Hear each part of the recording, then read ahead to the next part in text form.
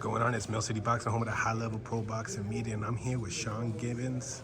And yep, Knucklehead Boxing, MP Promotions, ready to go. Isaac Cruz Jr. So, what you think about this fight this Saturday with Isaac Cruz and Rayo Valenzuela? Well, I think it's a fight of the night type of fight. You have two very aggressive fighters, two Mexican warriors. I've seen Rayo Valenzuela fight, and he brings the heat, he brings the smoke, and I don't have to tell you what Isaac, Mike Tyson, Pitbull Cruz brings. So I think it's going to be one heck of a fight. Talk to me, what kind of a match do you see? The fight itself? Yeah. Well, matches are simple. It's about styles, right? Rayo stands his ground. He likes to bang. Isaac likes to come to you. He likes to bang. So, I mean, it pretty much, it's pretty self-explanatory. It's not like a Giovanni Cabrera who wants to stink you out. He wants to hold. He wants to run. He wants to make you look bad. Andy Cruz, tremendous fighter, but he's a slick boxer. These guys just want to get in there and mix it up Mexican style. So I think, like I said, that's why I believe it's the fight of the night. Nice, I like to hear that. So Giovanni Cabrera, obviously, you know, that was a fight that I looked at it like a little bit difficult for Pitbull Cruz. What would you have to say, and what do you think that you guys went into the gym and actually capitalized on after that match? Well, I think we capitalized just never fighting someone like that again in a style like that. It was a stupid fight to take in the first place. When we took the fight, it was supposed to be for the IBF #2, so there was a little reason to do it. But what he learned in that fight is just don't fight guys that don't want to come and fight, guys that want to hold and mug you. So coming off of that, we're very careful on how the matchmaking works, because that is what you need. Ward Gotti, Barrera Morales, Vasquez Marquez. You need guys that want to come mix it up. Gotti, Ward. And that's what you have here with Rayo Valenzuela and Pitbull, and a very hungry Rayo Valenzuela. I've seen his training videos, working with Robert Garcia now, one of the top guys in the business. So, you know, we're not sleeping on Rayo. Isaac looks at every fight like he's the challenger also.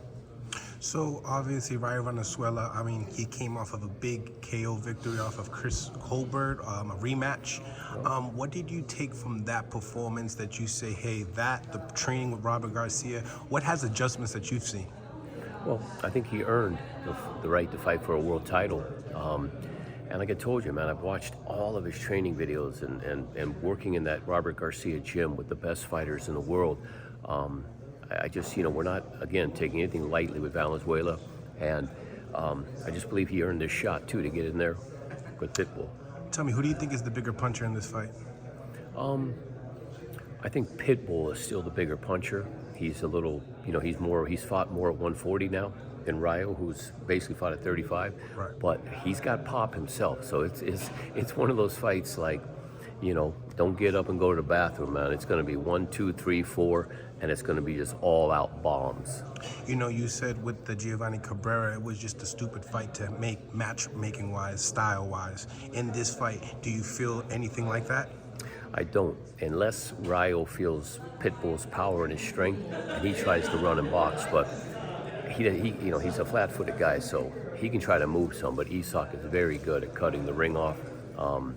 So I just think it's going to come down to who lands the bigger shots, and that's who's going to win the fight. Sean, how long have you been working with Pitbull Cruz? I've been working with Pitbull Cruz since 2019. I had the pleasure of meeting Pitbull when he had about 18 fights. He was kind of just toiling away in Mexico, and I was watching some YouTube videos, and I said, you know what? This guy is exciting. You know, I mean, he was like 18 wins, 2 losses. I said, I need to work with him. So I contacted his father, started up, you know, some conversations. He had a promoter at the time that we made a deal with for him to release him, and it's been amazing. It's been an amazing run ever since. I got your first reaction saying that, you know, he was an exciting fighter. Now working with him, what's your first reactions now? I'm blessed, just blessed, man. I mean, and there's Pitbull mania.